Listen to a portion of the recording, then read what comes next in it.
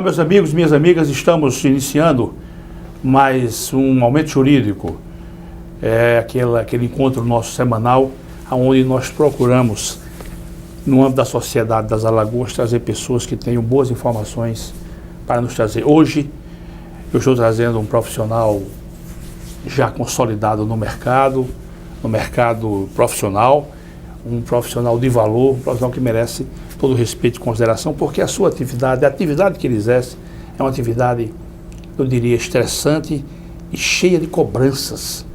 Eu diria mesmo, muita pressão. Vamos conversar a respeito sobre esse tema, que é a advocacia. Estamos aqui com o Dr. Fernando Maciel, professor da Universidade Federal de Alagoas, membro da Academia Alagoana de Letras e do Instituto Histórico e Geográfico, autor de livros, com pós-graduação, ou seja, um indivíduo gabaritado para conversar conosco. Meu caro Fernando, eu quero inicialmente te agradecer, você já era para ter vindo aqui muito mais tempo, mas eu fiz o convite e você, de forma muito elegante, você recepcionou estar aqui para conversar conosco. Eu quero deixá-lo à vontade e quero já facultar os nossos microfones e câmeras para uma primeira conversa com os nossos telespectadores. Por favor, Fernando. Meu caro Jerônimo, eu quero dizer a você que a satisfação e a honra de poder estar no seu programa é toda minha. A honra é nossa. Não, mas eu quero ressaltar, assim, que desde quando comecei a minha advocacia, que sempre tive e tenho uma admiração muito grande por você, como profissional e como pessoa, porque é um profissional extremamente gabaritado, não somente na área jurídica, mas de conhecimento profícuo em várias áreas de conhecimento. Quem convive com você, quem está no dia a dia ali no fórum e tem a satisfação de conviver com você sabe disso, e também como ser humano, como pessoa, um homem de bem, um homem correto, um homem sobretudo de posição e fiel aos seus princípios. Isso é uma coisa muito admirável, sobretudo nos dias de hoje. Então eu quero dizer que estar no seu programa, quero dizer a todos que estão nos assistindo, para mim é uma honra pessoal muito grande poder interagir aqui e poder falar um pouco dos temas que nós iremos falar aqui. Bom, Marcelo, nós temos muito assunto, eu vou chamar de Fernando. Fernando, nós temos muito assunto para conversar, porque essa área que nós atuamos é uma área muito densa, uma área cheia de detalhes, né? Todos eles relevantes, todos eles importantes. Mas eu queria inicialmente saber, Fernando, eu e os nossos telespectadores, da sua formação. Você terminou o curso de Direito em que ano? Jerônimo, eu terminei o curso de Direito em 1995, me graduei em setembro de 95. De lá para cá, pela Universidade Federal de Alagoas. Depois que eu terminei o meu curso de Direito na graduação, eu fiz o mestrado pela Universidade Federal de Pernambuco, né? E tenho lecionado na universidade desde o ano seguinte ao ano da minha formação, da minha formatura, até hoje. Você andou um tempo no Recife, como é isso? Hein? Eu, na verdade, em 96, 97, quando eu comecei a fazer o mestrado, né? 96, 97, eu fazia o mestrado na Universidade Federal de Pernambuco e casou com a hipótese de ter sido aberta uma licitação em Pernambuco para advogar para a Rede Ferroviária Federal no estado de Pernambuco. E eu participei da licitação, tive êxito na licitação e abri também um escritório lá em Recife. Fiquei em Recife e Maceió durante algum tempo, até que terminei o mestrado e até que o meu contrato com a rede terminou. Mas eu ainda alcancei de advogado da Rede Ferroviária. Nós advogamos, inclusive lá na vara da qual você é juiz, pela Rede Ferroviária. Pela Rede Ferroviária, né? A Rede Ferroviária hoje foi totalmente desarticulada, né? Na verdade, ela foi incorporada pela União, né? Ela foi desarticulada totalmente enquanto instituição independente.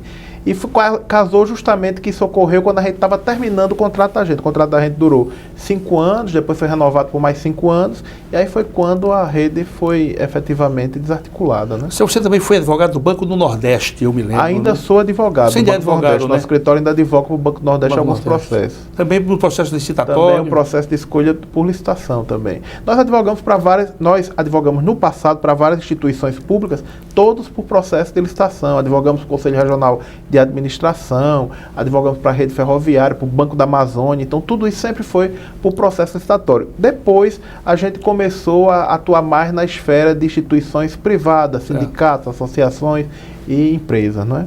O seu escritório é um escritório já reconhecido, um escritório com muito serviço prestado, não é? E aí eu te pergunto, como é gerente, como é ser gestor de um escritório? Você hoje tem quantos advogados com você, a sua equipe? Jerônimo, hoje nós temos 8 advogados que são advogados membros da equipe, que eu chamo de equipe estável, contínua, lá do escritório, e nós temos mais 8 advogados contratados que são audiencistas, que fazem audiência para determinadas carteiras que nós somos subcontratados aqui no estado de Alagoas. Certo. Alguns escritórios de fora que nos subcontratam aqui, então a gente não mantém para esses escritórios de fora uma equipe contínua, é uma equipe apenas de audiencistas que é subcontratada para respectivas audiências. Então, somando tudo, dá 16 advogados, né? Conosco, 17. Estagiário você não tem mais, não? Hoje nós não temos mais. Nós tínhamos um programa de estágio, né, mas a gente sempre gostou de fazer a coisa corretamente, vinculada às universidades, às faculdades. Mas era tanta burocracia, que era exigir tanta coisa, que a gente acabou, ao longo do tempo, retirando esse programa de estágio do escritório. Hoje a gente tem um estudo para ver a possibilidade de fazer com que isso retorne, né? Mas a equipe hoje ela não tem estagiário, ela é somente composta por profissionais já formados e já em exercício da advocacia. O Fernando, me diz uma coisa, e um escritório do seu nível, do porte do seu escritório, a máquina, né? A máquina é cara? Jerônimo, veja só, lhe respondo assim de uma forma bem específica. Quando você faz a faculdade de Direito, de forma geral, você não é trabalhado para gerir um escritório. Um escritório hoje, ele funciona como se fosse uma empresa. Como empresa, ele tem todo um procedimento de complexidade de gestão e de custo, como se fosse uma empresa. Porque isso repercute na precificação, né? Quando você vai... Não tenha dúvida. O preço do não seu tenha trabalho. dúvida, porque você tem primeiro você tem uma equipe que é qualificada, não é qualquer equipe. Pode ser, verdade. Você tem que ter, eu digo sempre que advogar, mesmo enquanto empresa, formado como uma instituição, pessoa jurídica, você não é como você desenvolver qualquer outra atividade, você vende serviço. E o serviço tem que ser um serviço qualificado. Então, a nossa equipe é uma equipe assim, muito qualificada, não somente de forma teórica, mas de forma prática, né? São advogados que estão devidamente preparados, já têm uma certa experiência. Então, isso tudo tem um custo. O custo desse pessoal e tem que ter um acompanhamento pedagógico, né? Você vê agora a reforma do CPC, você teve que praticamente renovar toda a sua biblioteca. Sobremaneira, não somente renovar a biblioteca, mas a gente teve que pagar curso de aperfeiçoamento para a equipe, curso de aperfeiçoamento para a gente também. Então, isso tudo tem um custo operacional. Além do que, você tem que manter a equipe devidamente formada. Para você ter ideia, o nosso escritório, ele tem assinatura de 7 periódicos, né? Porque a gente precisa manter a informação. A gente lida com informação, a gente lida com uma legislação que é extremamente dinâmica, então a gente precisa de dar elementos para que essa equipe, para que a gente possa estar atendendo bem o nosso cliente. Isso realmente não é barato. O conhecimento não é barato no nosso país, infelizmente. É verdade, Marcel. Marcel, me diz uma coisa, e o sistema de informática também é caro. Hoje você não consegue prescindir disso. Eu também iria falar isso. Veja bem, nós tivemos, hoje nosso escritório, quando a gente começou, né, há alguns anos atrás, já se vão aí vários anos, a gente tinha, por exemplo, um arquivo de processos físicos imenso. Hoje em dia, praticamente, você não lida mais com papel nas instituições, né, do direito. Então, a gente teve que digitalizar tudo que a gente tinha, a gente teve que comprar e estabelecer um programa que pudesse gerir esse nível de informações, que pudesse interagir com as informações das diversas justiças que nós temos. Então, tudo isso tem um custo. Custo de manutenção desse programa, custo de aperfeiçoamento das pessoas que vão lidar com ele, e você desenvolver uma política interna de adequação a isso, porque a gente, por exemplo, quando eu me formei, a gente não estava acostumado a utilizar isso no dia a dia. Então a gente teve que desenvolver uma política. Eu sou da época da datilografia. Eu também. Da máquina datilográfica. Você é mais recente, né? Porque pai meu, eu sou de 80. Você é de 95. Mas eu utilizei a máquina datilográfica e aquela Olivete não a elétrica, a Olivete física, convencional mesmo, né? Você já havia computador na sua época? Já havia, mas eu não tinha condições de adquirir um computador, a gente tinha que utilizar a máquina mesmo. Tinha condições. Né? Pois é inacreditável, hoje eu fico imaginando assim, meu caríssimo Fernando, como é que eu podia fazer numa máquina de datilografia, às vezes decisões com 8, 9 laudas. E tinha que fazer, mais um dado importante, você tinha que fazer de forma limpa, né? De forma que quase sem erro, eu diria sem erro, né? Eu me lembro, viu, Jerônimo, quando eu era acadêmico de Direito, que eu estava começando a aprender a peticionar, uma petição, nunca me esqueci disso.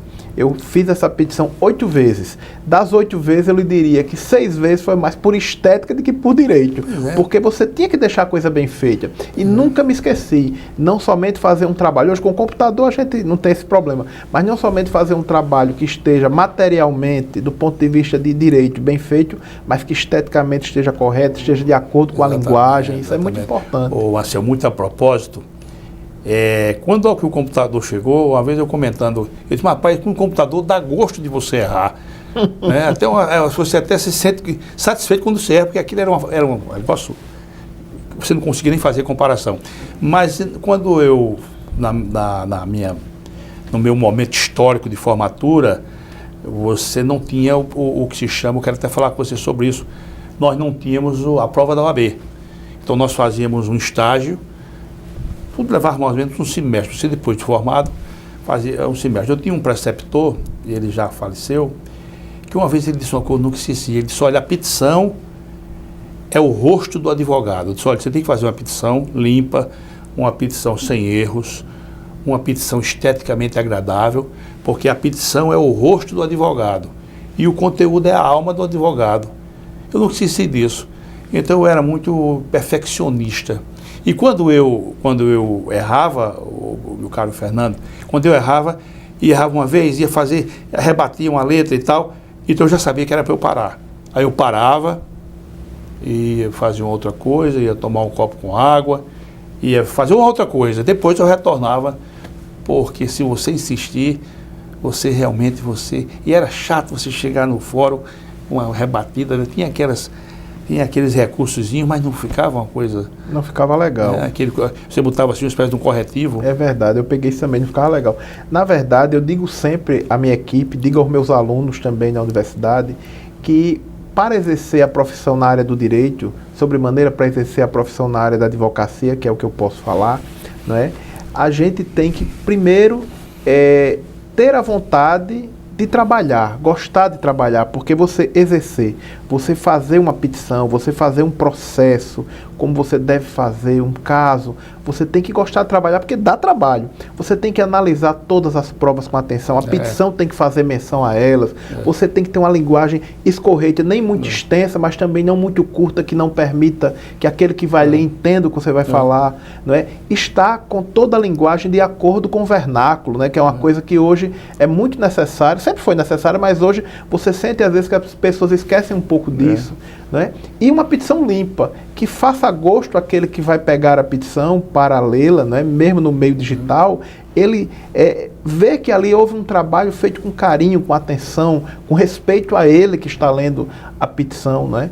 Isso eu acho muito importante. Eu falo isso muito com a minha equipe, e eu acho que o seu preceptor aí, ele foi muito feliz. De fato, a petição, ela é a apresentação do advogado. Quando você pega a petição, viu, Marcel? Eu, pessoalmente, vou dizer aqui uma coisa, você tem algumas ações lá na nossa unidade jurisdicional, e você tem uma técnica muito interessante, que você vai diretamente ao assunto, né? E às vezes são assuntos árduos, aqueles assuntos de juros, de correção monetária, você vai diretamente ao assunto ali, de maneira que você facilita sobremaneira a forma como o juiz vai tratar, porque você não cansa, porque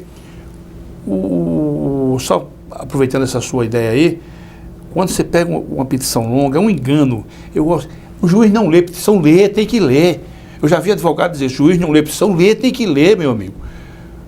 O juiz não vai nunca fazer um despacho, até um simples ele pode fazer, de citação, não precisa ler. Mas quando a dinâmica processual ela vai evoluindo, você tem que ler mais, um interlocutório já vai exigir de você uma leitura mais aprofundada.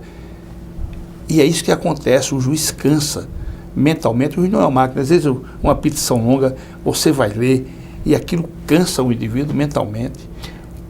Eu digo sempre, Jerônimo, a essas pessoas que eu tenho a satisfação de conviver, que é a minha equipe, os meus alunos, enfim, aqueles que estão comigo no dia a dia, com quem a gente pode dividir um pouco da nossa experiência profissional, que uma petição, ela tem que ser como se você estivesse contando uma história para aquele que vai ler. Você tem que criar nele o entusiasmo de terminar aquela história e mais, de convencê-lo que a sua história é a história correta. E é isso, o processo nada mais é do que uma reconstituição histórica, né? E é uma reconstituição histórica que tem que ocorrer de forma técnica, né? Perfeito. Antes de nós passarmos a outro assunto, deixa eu te falar outra coisa. Essa turma jovem, ela não consegue ainda ver. Eu digo jovem porque as coisas mudaram muito, essa que é a realidade. Né? Eu digo sempre aqui, se um dia você que é integrante do Instituto Histórico e Geográfico de Alagoas, eu quero reivindicar um negócio para mim, eu quero reivindicar. O primeiro computador que chegou em Água Branca chegou pelas minhas mãos. Esse reconhecimento histórico eu faço questão. Quem foi que trouxe o primeiro computador para a comarca de Água Branca? Aliás, melhorando ainda, o primeiro computador que chegou em Água Branca, como foi? Não, foi um juiz que passou por aqui, que foi o Dr. Jerônimo. Primeiro computador. Tinha uma escrivã nossa lá, eu tenho uma saudade morredora dela, a dona Lili, está aqui ainda conosco. Quando chegou lá o computador com a impressora, era um notebookzinho pequeno com a impressorinha pequenininha, era uma coisa, ainda hoje seria um negócio bonitinho, né? Você chegava, armava ali a impressora e o computador. Ela olhava para a impressora e não sei o que passou na cabeça dela, ela passou a chamar a impressora de fornalha. Vai ligar a fornalha? Eu digo, vou ligar a fornalha. Assim, mas eu queria fazer o seguinte, em certa ocasião, eu comprei uma coleção do Supremo Tribunal Federal. Eu fiz assinatura. E veja como era naquela época. Hoje você tem um software que você bota o verbete. Um exemplo, né? Citação, nulidade. Eu posso ter um computador rapidamente, ele faz o escaneamento, né? E lhe dá ali 30, 40, 50 casos tratando da citação e da nulidade, né? Hoje, por exemplo, há um software que eu chamo na minha opinião, o melhor software que existe é o Jurissíntese. Perfeito, eu tenho esse software no escritório. Não é barato, né? Não é barato. Mas na minha concepção, existem outros, mas esse, na minha opinião, é o melhor. Bom, então, essa assinatura que eu fiz do Supremo Tribunal Federal, vinham os 12 livros e com o 12º volume vinha um livrinho menor. Então, quando eu quisesse, por exemplo, dá um exemplo, né? Colisão por ofuscamento, farol alto, né? Aí você ia naquele livrinho ali, procurar colisão, dentro do verbete colisão, você ia ver, né? Alcoolismo, não sei o quê, deslumbramento, que é justamente a parte de trabalho. E depois ali dizia, nono volume, página 112. Aí você ia para lá, era um trabalhão, né? Lembra disso? É verdade, eu me lembro quando eu comecei a advogar, como acadêmico também, nós utilizávamos, né, todos esses instrumentos através dos livros que a gente adquiriu, que a gente tinha emprestado ou que tinha na biblioteca, e realmente o trabalho era muito maior do que é hoje. Hoje está muito mais fácil, você tem softwares como esse, que você tem um mundo de jurisprudência, de doutrina, até de petições. E livros, aí o próprio livro tudo digital, tudo digital, então é tudo muito mais fácil. O que eu acho que às vezes falta, né, é que justamente essa facilidade, às vezes, sobremaneira, isso pode parecer até uma coisa de saudosismo, mas não é. Sobremaneira nas gerações mais jovens, e até mesmo a gente às vezes se acomoda, não é? A gente vê muitas vezes as pessoas, elas têm essa facilidade de busca e às vezes não aprofundam o conhecimento naquele tema que é objeto às vezes daquele caso que ela está trabalhando, porque já vem pronto. Mas você tem que aprofundar, na minha opinião, tem que aprofundar esse conhecimento. Vai lá para a ementa, vamos ver o julgado, vamos ver o que é que está dito com detalhes, vamos trazer a discussão como um todo. Na nossa época, a gente era forçado a enfrentar isso. Verdade. Não é? Na nossa época de estudo dessa forma ainda mais física, né? Menos digital. Você ia fazer uma transcrição, às vezes é uma coisa dolorosa, né? Você queria transcrever um trecho mais longo, hoje você marca o texto, copia e cola. É verdade. Você me diz uma coisa, você acha que essa facilidade, essa disponibilidade de livros digitais, o Google e tal, você acha, eu queria que você fosse muito sincero comigo, Marcelo, você acha que não nivelou não? Não nivelou, eu digo o seguinte, na nossa época havia realmente uma distância muito grande, o advogado bem preparado, o que não era tão bem preparado ficava distante. Não era conversa não, ficava mesmo, porque o indivíduo tinha que ler muito, e ler é uma questão de vocação. É verdade. Eu tenho um amigo meu que ele me disse assim, Jerônimo, você está pensando que ler é fácil? Não é não. Vá no Cais do Porto, pergunte àqueles caras que estão carregando saco de açúcar. Você quer ler um livro ou você quer descarregar um navio? Não, quero descarregar o navio. Porque não é fácil, o indivíduo tem que ter vocação. E você acha que essas facilidades todas, você acha que nivelou? É uma pergunta muito interessante, Jerônimo. Veja bem, eu entendo o seguinte, os instrumentos são os mesmos, não é, para todos, não é? O que se vai fazer com eles é que faz a diferença. Eu acho que aí é que está a grande diferença entre um profissional que se aperfeiçoa um pouco mais e aquele que não tem o cuidado de se aperfeiçoar mais na sua técnica e no conhecimento mesmo. O fato de você ter toda essa facilidade de busca de informações, de jurisprudência, de doutrina, não quer dizer que você vá as utilizar de maneira adequada. Se fosse assim, você teria uma dificuldade muito grande de eleger uma tese como a tese, efetivamente, que vai ser a vencedora dentro de uma situação.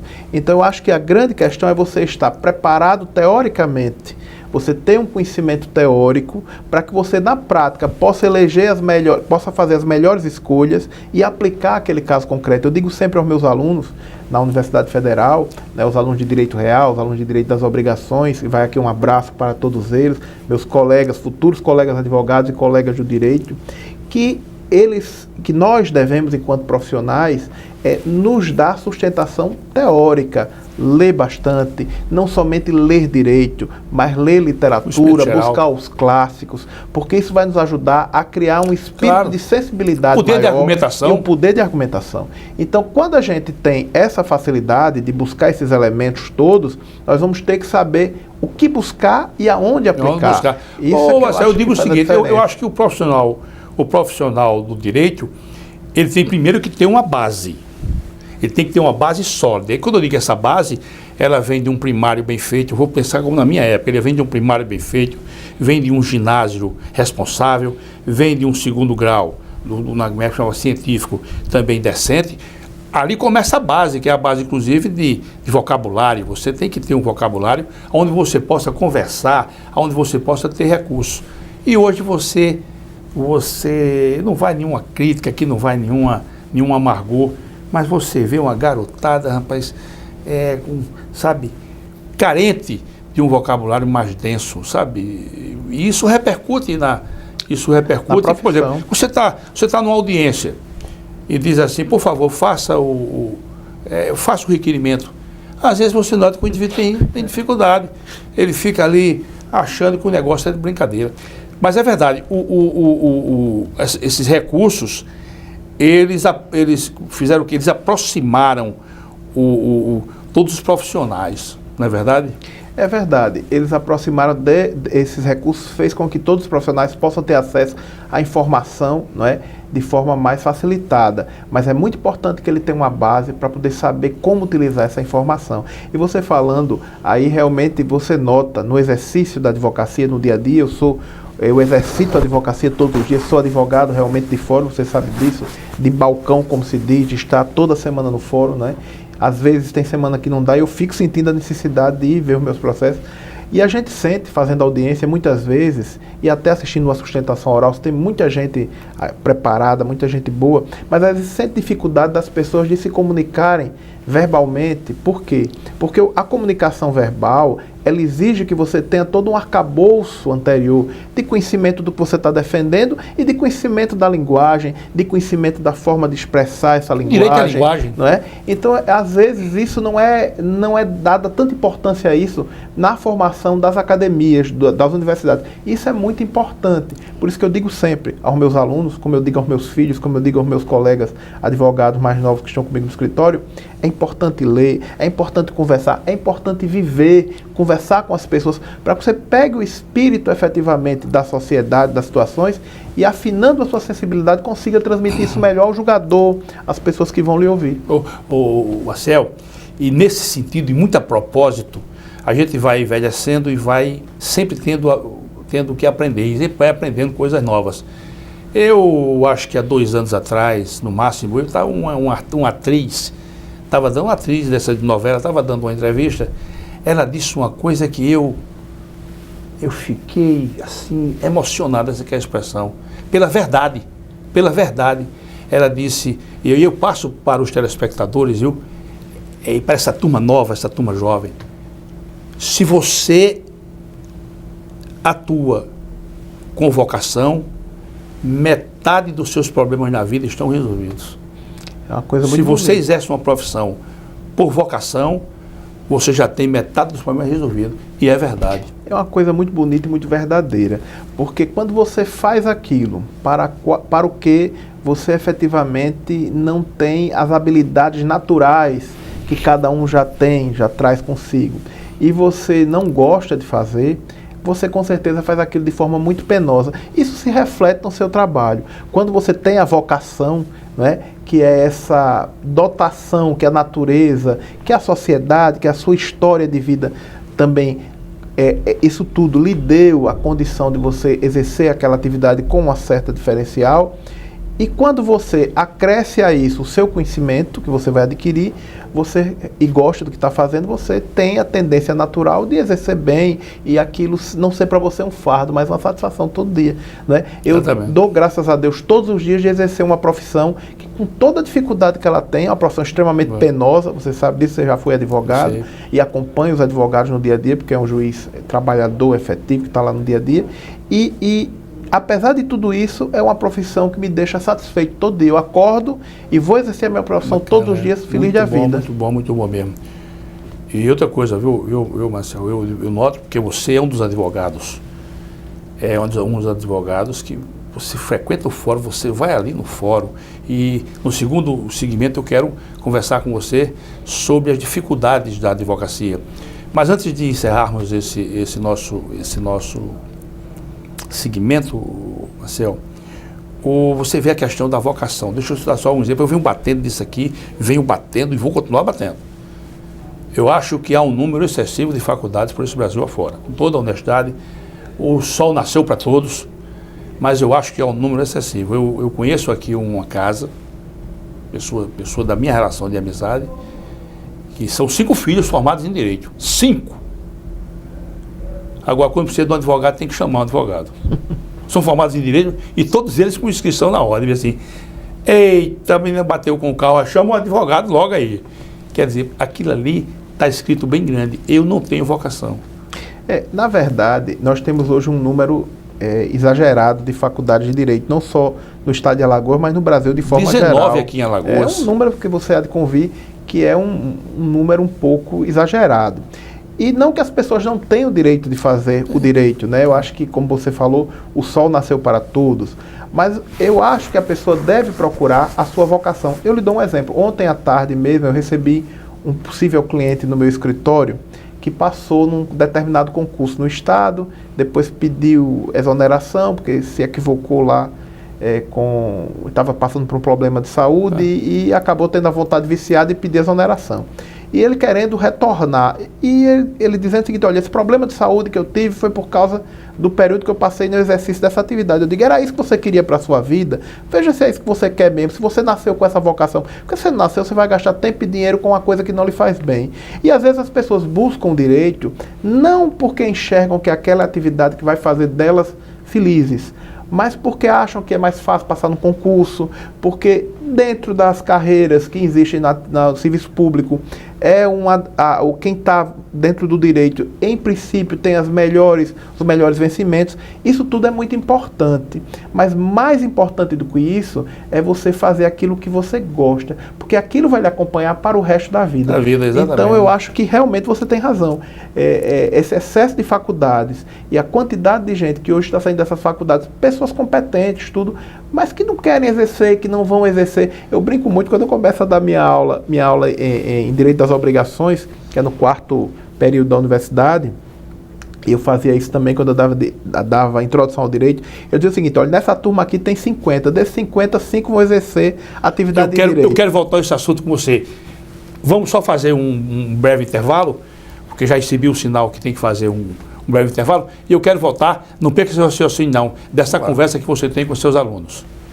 Meus amigos e minhas amigas, não saiam daí porque vai ser um intervalo rapidinho e nós voltamos com essa conversa agradável com o nosso caríssimo Fernando Maciel, doutor Fernando Maciel, um advogado de valor no estado de Alagoas. Voltamos já.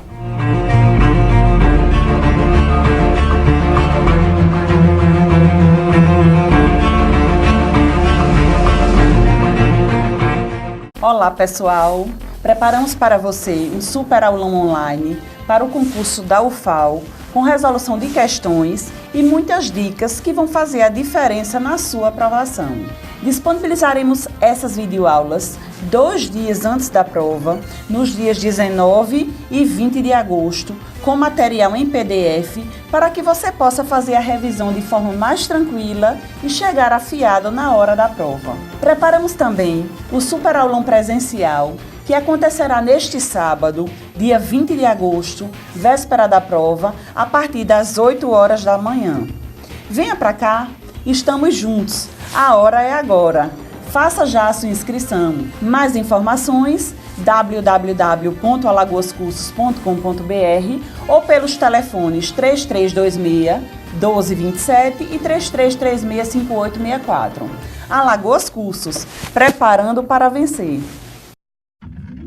A CL Investimentos é uma empresa que trabalha com imóveis próprios. Quando precisar locar ou comprar um imóvel, procure a CL Investimentos. Aqui só locamos e vendemos imóveis próprios. Por isso damos garantia de um investimento seguro. ACL Investimentos, Rua Durval Guimarães, Edifício Leonardo da Vinci, Ponta Verde. Fone 3327-3911. Quando o assunto é o seu carro, além de escolher a marca líder, escolha também a concessionária que faz mais por você. Por isso, a Blumari oferece o melhor atendimento em serviços, peças e acessórios. E ainda tem as melhores negociações, sendo totalmente certificada pelos padrões Fiat de qualidade e líder de mercado em seu segmento. Fiat Blumari, a marca do seu carro. Avenida Gustavo Paiva, Mangabeiras. O filé do Zezé é a melhor opção. Temos um cardápio variado de churrasco e comida caseira. Churrasco de picanha preparados de um jeito todo especial. Zezé em Casa, 3313-4004. O Borrachão você já conhece. Aqui você encontra uma infinidade de produtos sempre com o menor preço. Dá uma olhada. Compressor de ar da Pressure, 24 litros, 116 libras, por apenas R$ 749,90. Tem ainda aspirador industrial da Ride, por apenas R$ 549,90. E na linha automotiva ainda tem para-brisas a partir de R$ 219,90 e você não paga mão de obra. Corre pro Borrachão, 3336-4646.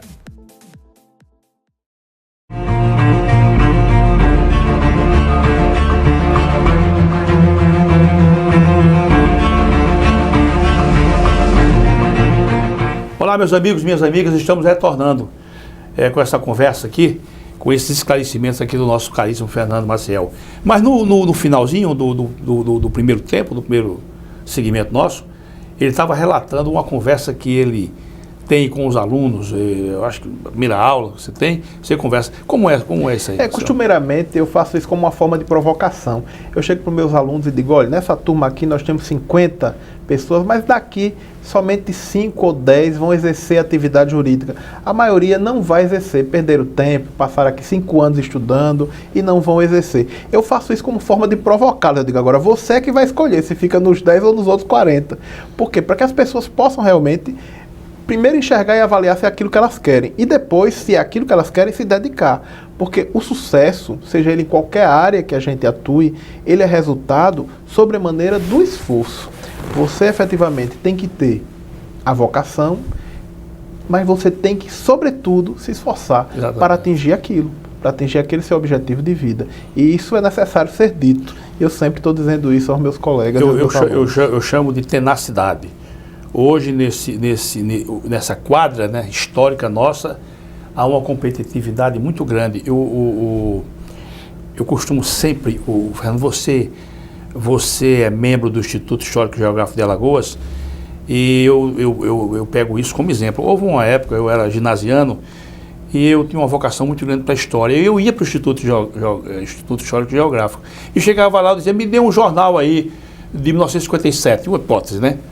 Aí me vinha um jornal e eu ficava ali, era uma mesa enorme, não sei se ainda está lá, e vinha o ano todinho, às vezes dividia em semestres e tal, e eu observava o seguinte, que as provas da Universidade Federal, quer dizer, do curso de Direito, eram fatos de notícia. Vai ser realizada dia tal, assim, a prova de Direito Internacional ou de Direito do Trabalho, quer dizer, era uma coisa histórica aquilo ali, era importante para a sociedade. Hoje, é um fato que ninguém está nem... o trote, por exemplo, o trote era uma coisa que a sociedade acompanhava. Então, os tempos foram evoluindo, as coisas foram ficando mais densas e deixaram de ter importância. Então, hoje, o garoto, a garota que sai do curso de Direito, vai encontrar um mercado de trabalho, me permita, Marcelo, se eu estiver dizendo alguma bobagem, congestionado, aonde somente os bons vão ter oportunidade. Eu conversava com você aqui no intervalo, e a questão de você assimilar um advogado, lá no teu ambiente não tem como você trazer as pessoas porque tem um rostinho bonito, porque é filha de um amigo, ali tem que ser competente, senão você quebra. Não tenha dúvida. Hoje a advocacia, ela sempre foi, por natureza, uma atividade extremamente competitiva, e hoje é muito mais, né? Sobre maneira em face das tecnologias, em face da quantidade de advogados que se tem, não é? Mas é necessário que você encare isso de forma natural e você tente, se você já tenta dar o melhor de si, você tente fazer com que esse melhor seja melhor ainda.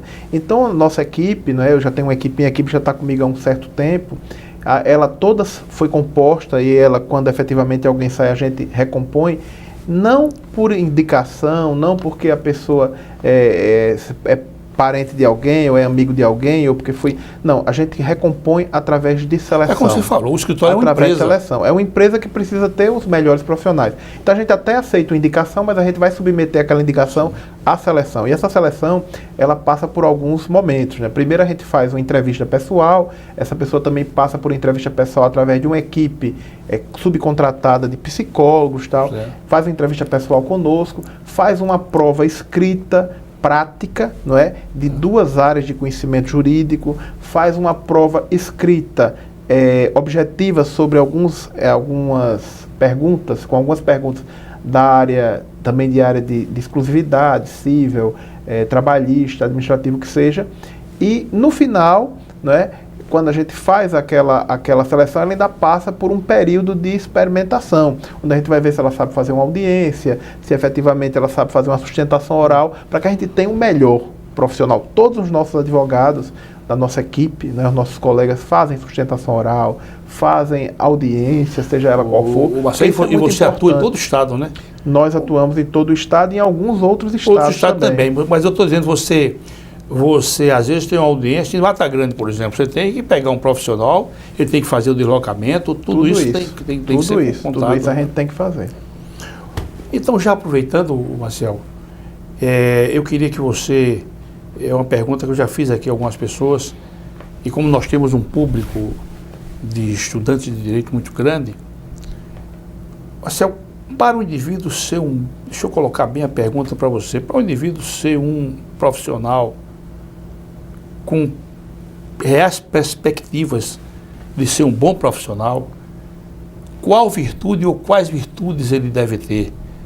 Quais predicamentos ele deve encerrar na sua pessoa? Eu vou dizer um e você diz o resto. Primeiro, ele tem que ter vocação. A vocação é o elemento fundamental. Eu diria a você que Sócrates, né, respondendo aos discípulos dele qual o segredo do sucesso, ele disse: persistência e gradatividade. E eu diria, acrescendo a isso, a vocação, a persistência e a gradatividade, capacidade de trabalho e de estudo. Nesta profissão, nas profissões da área jurídica, é fundamental. Nós lidamos com conhecimento e com linguagem. Então tem que gostar de estudar, tem que gostar de trabalhar, porque o exercício da atividade advocatícia, sobremaneira com a quantidade de processos que existem, com a justiça que tenta, as justiças de forma geral, tentam, assim, cada vez mais dar o melhor de si, mas isso é uma progressão grande da quantidade de processos. Então, exige muito trabalho do advogado, exige que você não seja apegado ao descanso, mas seja apegado ao trabalho, né, efetivamente. Mas eu acho que a vocação é o primeiro você tem razão, é o primeiro elemento. Se você não for vocacionado, você desiste. Marcelo, outra coisa também, eu noto que essa moçada hoje mais já gosta de um jogo de bola, né? O velho meu pai dizia, Roberto, o jogo de bola nunca deu camisa a ninguém, a não ser a eles. Só a jogador. E a turma gosta, pai, de um tal de Flamengo. Uma vez na faculdade eu marquei uma prova e o aluno perguntou lá, qual é o dia? Eu disse, quarta-feira, dia 22. Posso não. Acredito no que eu estou lhe dizendo. Acredite, senhores telespectadores. Eu marquei uma prova e ele perguntou, qual o dia? Quarta-feira, dia 22. Posso não. Por quê? Porque tem jogo do Flamengo. Quer dizer, aquilo foi para mim um choque. Veja, o exercício da atividade profissional, né, nós vivemos dela e ela tem que se sobrepor, às vezes, aos nossos interesses pessoais. Mas você consegue, se você for organizado, se você se organizar para isso e se preparar para isso, você consegue manter um equilíbrio entre a sua vida pessoal e a sua vida profissional. Agora, sempre ter em mente que quando você está no exercício da profissão, da advocacia, você está lidando com a vida dos seus clientes. Mesmo que seja uma pessoa jurídica, você tem nas suas mãos o patrimônio, os interesses familiares, a questão da sucessão, tudo isso. Então você está lidando, não é com papel, é com gente. E tudo que lida com gente tem que ser feito com muito critério, com muita responsabilidade. Outra coisa, eu sempre tive muita atenção nisso. Às vezes, uma determinada demanda, quando a pessoa não tem sucesso, aquilo repercute duramente no seu estado anímico, no seu estado psicológico. A pessoa entra em depressão e é problema sério. Isso não pode banalizar com o interesse de forma nenhuma. Esse cuidado que se tem que ter com o interesse do outro é muito grande, porque é uma questão não somente profissional, mas humana. Não é? Você está com outra pessoa que depende da sua atividade profissional. Então, ter esse cuidado, eu às vezes brinco com a minha equipe, porque às vezes tem aquele cliente, né, que liga sábado, domingo, feriado, dia santo, que manda e-mail, que tá... E aí, a equipe às vezes fica, o pessoal mais novo, às vezes fica estressado, doutor, a gente não aguenta esse cliente, mas a gente tem que se colocar no lugar dele. É a vida dele que nós estamos cuidando. Então, é compreensível, a gente tem que saber lidar com isso para atender aquele Marcelo, objetivo. A gente flexibiliza aqui no nosso programa. Você sabe que há uma obra do Calamandrei muito interessante. Eles, os juízes, vistos por nós advogados. E o Calamandrei, ele conta uma história muito interessante. Rapidamente, diz que um cidadão contratou um advogado de grande prestígio para patrocinar uma causa. Isso na Itália, né? E o advogado era de outra região da Itália. E acertou tudo, os honorários, e no dia o advogado chegou 2 dias antes da audiência, que era uma audiência que exigia muito, ele precisava ter contato, inclusive, até com o pessoal de fora e tal. Quando o advogado chegou, ele estava lá no aeroporto, esperando o advogado. E o advogado, então, ia pegar um táxi, mas ele estava lá e ele levou para o hotel. O advogado, então, fez o ingresso no hotel e ele chegou de manhã, vou tomar um banho de mar. Quando o advogado saiu, estava o cliente lá. O advogado, então, já fez que não viu. Pegou um táxi e disse, olha, vamos para tal lugar, praia, né? E quando ele chegou lá, o cara saiu seguindo o táxi. E ele ficou, até então, sem entender ainda, já achando o cara um chato de galocha. Ele, então, entrou no mar. Quando ele entrou no mar, o cliente dele ficou gritando, o homem está se afogando, socorro, o homem está se afogando. E as pessoas entraram e tiraram o advogado dentro d'água. Papai, peraí, que loucura é essa que você está fazendo? Eu não estou entendendo onde você quer chegar, não. Doutor, o senhor vai me perdoar. É que essa questão é muito importante para mim. E eu contratei o senhor porque eu sou um grande advogado. Mas eu não quero que nada lhe aconteça. O senhor vai tomar banho, pode morrer afogado. Vamos fazer o seguinte, o senhor defende e depois o senhor faça o que eu quiser da sua vida. Primeiro me defenda. E realmente, isso pode parecer uma coisa hiperbólica, mas o cliente, quando contrata um advogado, ele quer a sua causa resolvida. E aí tem o segundo aspecto, Marcelo, é da sinceridade. O advogado tem que ser muito franco, principalmente na área criminal. Olha, eu vou fazer a defesa, tecnicamente. Isso repercute, inclusive, no Código de Defesa do Consumidor, né? É verdade. A questão dos profissionais liberais, né? É verdade. Que eles não prometem resultado. Só prometem meio. Promete um meio, promete um bom trabalho, desenvolver a atividade elegantemente, mas não pode prometer resultado. Aliás, eu não sei, os nossos professores diziam isso na minha época de formação, diziam, olhe, não prometa o resultado.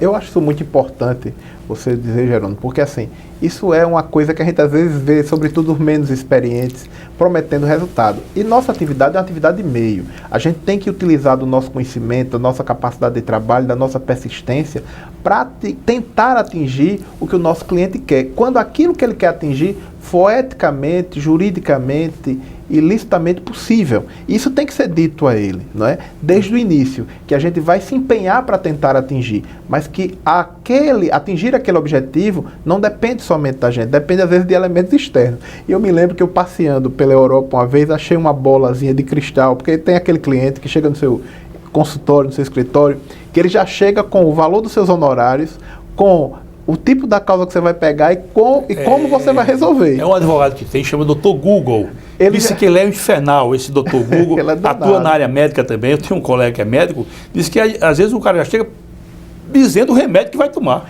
Pois é o caso. Aí o camarada chega lá e diz, olha, doutor, a causa é assim, o resultado é assim, é causa-ganha, né? Então eu faço disso. Uma vez eu passei na Europa e achei numa feira uma bola de cristal bonita, comprei e coloquei na minha mesa. Quando aparece esse cliente, eu digo, vamos ver o que é que diz a bola. A bola, porque só ela que pode dizer o resultado.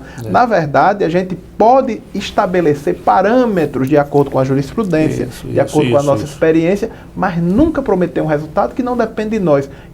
Quando a gente faz isso, a gente não está agindo eticamente. Inclusive o nosso código de ética, ele nos proíbe de efetivamente dar uma promessa de resultado. O que é que nós podemos prometer de resultado? Ele nos contrata para dar um parecer. A gente vai ter que dar o parecer, isso é o resultado. Agora, o conteúdo do parecer é de acordo com o nosso conhecimento. A gente não pode dizer, eu vou dar um parecer que vai ser acatado pela justiça. Né? Isso é uma outra situação. Marcelo, eu gosto muito de uma expressão, eu uso muito essa expressão, mas a expressão não é minha.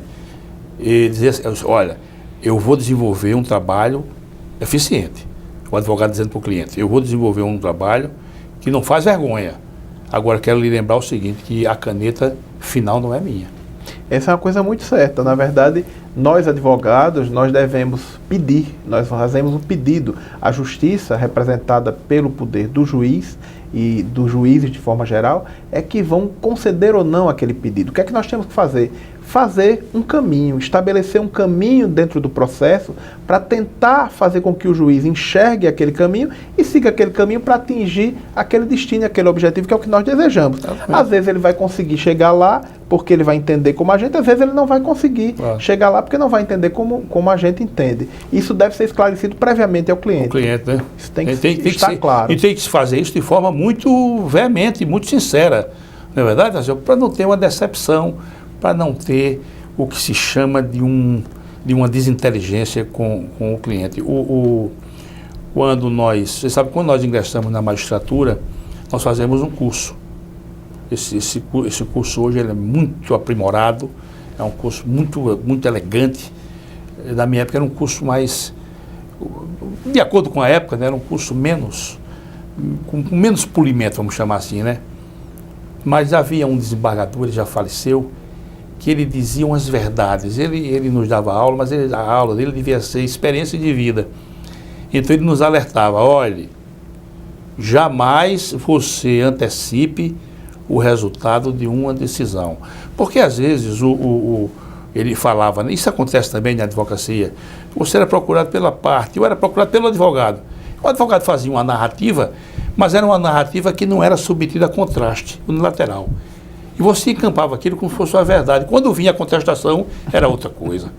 Né? Você dizia, olha, rapaz, não, concordo com você, eu vou deferir e tal.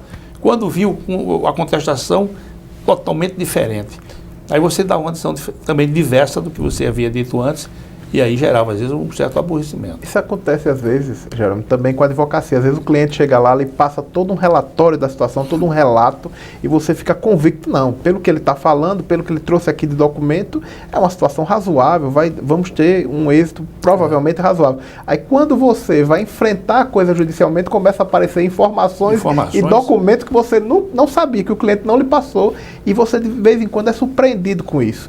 Então, a relação do cliente com o advogado tem que ser uma relação muito sincera de parte a parte, não é? Você tem que ter a visão da coisa como um todo, para que você possa construir a defesa do interesse dele, se aquilo efetivamente lhe convencer. Porque há situações que você vai ver que a chance dele ter êxito é mínima. Isso tem que ser esclarecido a ele e, às vezes, se buscar uma alternativa, vamos tentar fazer uma composição, vamos tentar ver se a gente perde menos aqui, não é?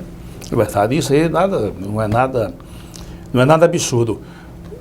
Ô, Fernando, me diz uma coisa, hoje, na advocacia, vamos falar em termos do nosso país, porque a advocacia, a dinâmica que se exerce aqui em Alagoas é a mesma que em São Paulo, Rio de Janeiro, né? Com esse mundo globalizado, a gente tem acesso à jurisprudência, né? A gente vê que os casos são, em tudo e por tudo, assemelhados. Qual é a grande dificuldade para os advogados novos? Qual é a grande dificuldade que um advogado hoje enfrenta no fórum? Jerônimo, você pode eleger uma ou mais de uma? Posso dizer a você e posso dizer aos meus colegas advogados novos, né, e aos que estão começando agora o exercício da advocacia.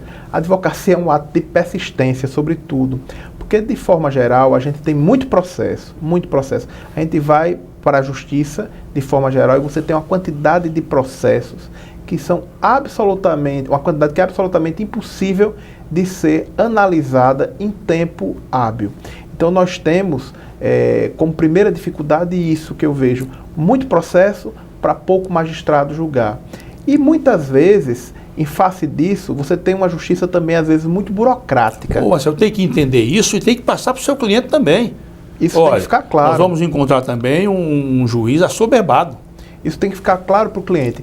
E o advogado tem que ser uma pessoa persistente, porque veja, existem N processos de uma vara determinada. Se o advogado ficar no escritório, sentado na cadeira, descansando, não estiver ali cobrando, persistindo, obviamente que aquele que estiver persistindo mais vai ter, em tese, o seu pleito analisado mais rápido. Porque é muita coisa e você tem que escolher um critério para que aquelas coisas andem. Muito embora o CNJ tenha estabelecido critérios por antiguidade de andamento dos procedimentos, né, mas se é um critério geral, esse critério, ele não é, ao meu ver, o critério mais adequado. O critério mais adequado, dentro dessa sistemática, com a quantidade de poucos juízes que se tem, é você ficar na persistência para que o seu processo efetivamente ande. Então essa é a primeira questão que eu acho que dificulta. A outra é a burocracia ainda que nós enfrentamos do Poder Judiciário como um todo. E aí eu não estou falando do Poder Judiciário de Alagoas, claro. Eu estou falando do Poder Judiciário como um todo. Né? A gente ainda tem um sistema muito burocratizado. Né? Existem magistrados, inclusive, que não recebem advogado para despachar. Eu diria que o doutor Jerônimo é um magistrado como o magistrado tem que ser. Recebe advogado, trabalha todos os dias. É juiz que decide, há muitos juízes que não decidem, que os processos dormem em Mas eu quero lembrar você, eu fui advogado 12 anos. Isso é um diferencial muito grande. Isso me deixou um verniz muito bom nessa nossa conversa, nesse nosso trato no dia a dia do fórum. Isso é muito importante. Então, assim, é necessário que haja um estabelecimento de maiores condições para que o Poder Judiciário possa dar um atendimento maior à população, condições financeiras mesmo. O Poder Judiciário, ele não tem as condições financeiras necessárias para fazer uma contratação do maior número de juízes, para estabelecer... Hoje é uma briga muito grande por assessor, o segundo assessor. Veja, isso é uma coisa extremamente importante. Outra coisa que tem que se fazer é se mudar, às vezes, a cultura de distanciamento que existe entre o Poder Judiciário e o jurisdicionado e o advogado. Né? O advogado é o representante do jurisdicionado, para que essa burocracia diminua. Né? E isso vai se construindo através desse diálogo, da participação da Ordem dos Advogados do Brasil, da participação efetivamente dos poderes e, sobretudo, do jurisdicionado. Marcel, antes que o nosso tempo se exaure, você vê, né? Nós temos aqui assunto para várias horas. Marcel, você, uma outra curiosidade que eu tenho, e vamos esclarecer para mim e para os nossos telespectadores, você sempre foi uma liderança dentro da OAB. Você sempre foi uma liderança. Você foi secretário-geral da OAB, você foi secretário-geral, me lembro você secretário-geral, não sei quantas... 2 mandatos. Duas gestões. Você foi conselheiro federal. Não cheguei a ser conselheiro federal, não. Fui secretário-geral 2 gestões. Você não foi conselheiro federal, não? Fui presidente de comissão da Ordem dos Advogados do Brasil.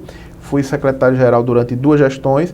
E assim, eu sempre elegi, Jerônimo, a Ordem como a minha casa. Não é? Eu escolhi a advocacia por vocação, amo o que faço. E acho que eu não tenho que somente me voltar para a minha atividade profissional particular. Eu tenho que trabalhar para que a advocacia possa se engrandecer como um todo, dentro da sociedade. E esse período que eu passei à frente da Secretaria-Geral da Ordem, eu tentei dar a minha contribuição, dentro das minhas possibilidades, né, para a Ordem, e acho que é fundamental o advogado participar da sua instituição. Eu lhe confesso com toda honestidade, você naquela época em que eu precisei estar muito mais perto da Ordem, eu achava que você era Conselho Federal. Porque a sua atividade ali é tão densa que eu achei que você estava era um dos representantes, mas não fui, né? Não, eu na verdade, eu sempre busquei em tudo que faço, me dedicar o máximo possível. Então, como secretário-geral, eu sempre fui um secretário-geral efetivamente participativo dentro da Ordem. Não era somente um batedor de carimbo, né? Mas efetivamente tentava participar das decisões, tentava estar dialogando com meus colegas, estar acompanhando os procedimentos internos da Ordem, tentava dar um suporte à presidência da Ordem naquilo que era possível, né? Então, isso talvez tenha levado você eu peço desculpas, né, ao ilustre amigo. Na verdade, é uma honra para mim ter esse reconhecimento. Mas eu estou dizendo isso de pura franqueza. Bom, você nunca quis ser presidente, não? Eu sei que não é fácil não esse processo. Esse processo, ele nasce, aí tem que ter aquelas conversações todas e tal. Você nunca quis ser Jerônimo, presidente, não? Veja bem, o advogado que é vocacionado, que gosta de advogar, todo ele tem, se você perguntar se ele tem vontade, tem um sonho de ser presidente da Ordem, é óbvio que ele tem, né? Qualquer advogado que tenha vocação para a advocacia quer ser presidente da Ordem, mas isso não depende somente do sonho. Isso depende, aí tem um amigo meu que disse, isso depende de voto, né? Na verdade, isso depende de uma série de e ninguém é candidato dele mesmo. De si próprio. Isso depende de uma série de conjunturas.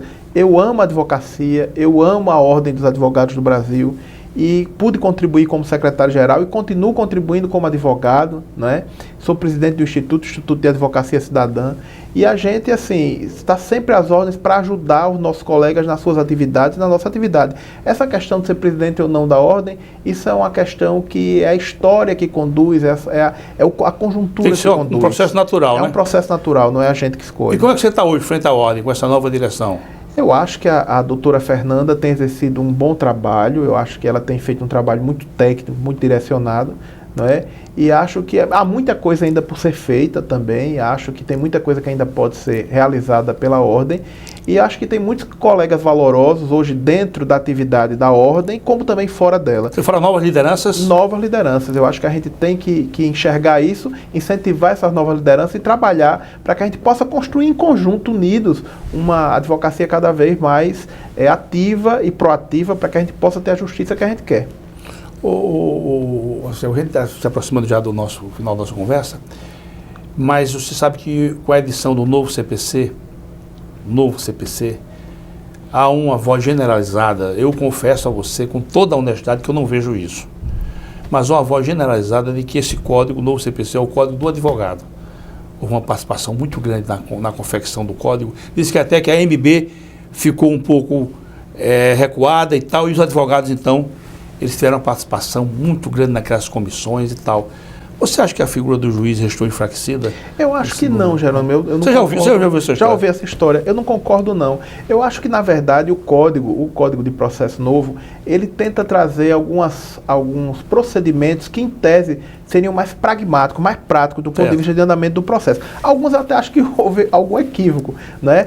Então, assim, como, por exemplo, o julgamento estendido. O julgamento estendido, na minha visão, ele não foi bom.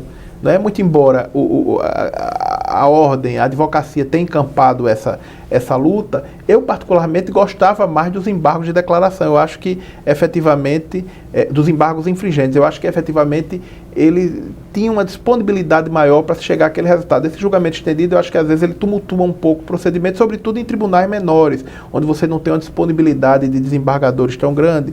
Mas, enfim...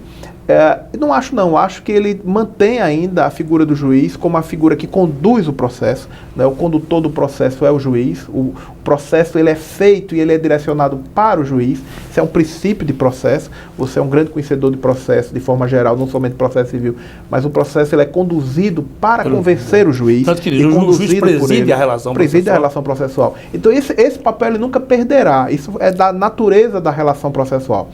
O advogado, ele passa a ter, com o Código Novo, na minha visão, a possibilidade de ter um procedimento em tese mais rápido, com um pouco menos de burocracia, mas ainda há muita coisa a ser construída do ponto de vista de aplicabilidade desse código. O Fernando, e o princípio da cooperação, hoje eu acho muito importante, eu fico aqui, eu falo várias vezes aqui, o princípio da cooperação, eu acho que é um instituto importante demais, né? Mas não tenha dúvida, esse princípio da cooperação, ele parte do pressuposto dessa nova visão de justiça que a gente tem, não é? De que as partes efetivamente devem contribuir para o enlace, para o desenlace do processo e a se atingir aquele ideal de justiça que se pretende, que não é o interesse de A ou de B, mas um interesse que seja mais justo e mais equânime para aquelas partes. E em tese isso é construído nessa interação de diálogo ao longo do processo, né? E para o juiz é muito importante, eu já tive a oportunidade de lançar mão desse algumas ocasiões, eu já lancei mão desse instituto da cooperação, provocando as partes para que elas tragam esclarecimentos, para que elas tragam elucidações, essa que é a expressão, para a relação processual. Mas o nosso código ele ainda vai demorar um pouco a estabilizar. Eu acho também, acho que ainda tem muita coisa a ser construída, né? Ele foi feito de forma tal e entrou em vigor de forma tal que ainda tem muita coisa que está no limbo, que precisa ser esclarecida, que somente o dia a dia é que vai construir aquela saída ideal para o código. Meu caríssimo Fernando, maravilha você aqui batendo esse papo conosco.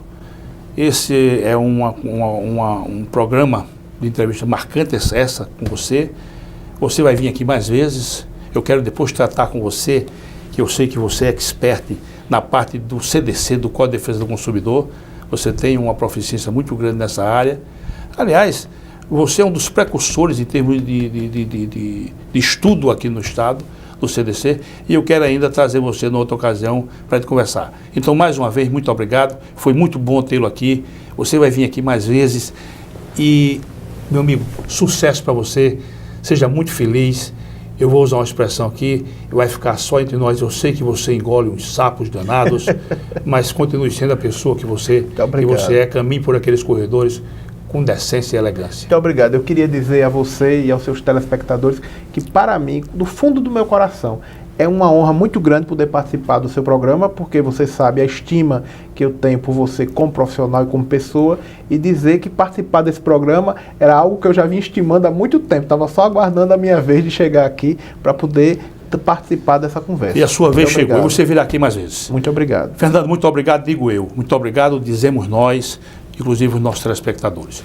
Meus caríssimos amigos e minhas amigas, muito obrigado por mais essa assistência, por mais esse acompanhamento nosso. E nos aguarde, porque nós temos mais programas interessantes por aí. Até a próxima semana, se Deus quiser. Tchau.